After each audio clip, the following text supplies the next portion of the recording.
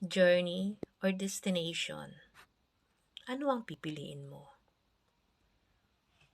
Mahirap pumili, di ba?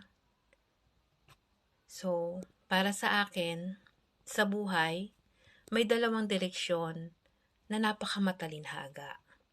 Yan ay ang ating paglalakbay, a journey, or destination ng ating buhay. Minsan, may mga bagay tayong pinaghahandaan ng maaga para sa gusto nating mangyari sa ating patutunguhan. Mga bagay na pinaplano ng tao para sa kanilang kinabukasan. Subalit minsan, may mga bagay na hindi natin inaasahang mangyayari nang hindi tayo handa. Pwedeng masaya, o di kaya'y malungkot, o di kaya'y napakasakit. Minsan, kaya sa tanong na kung ano ang pipiliin ko, journey or destination, para sa akin, pipiliin ko lagi kung ano yung meron at kung sino yung mga nasa tabi ko ngayon.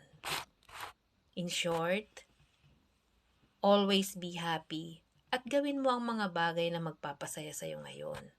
Dahil di natin alam kung hanggang kailan ang paglalakbay natin na ibibigay sa atin ng poong may kapal. Sa ngayon,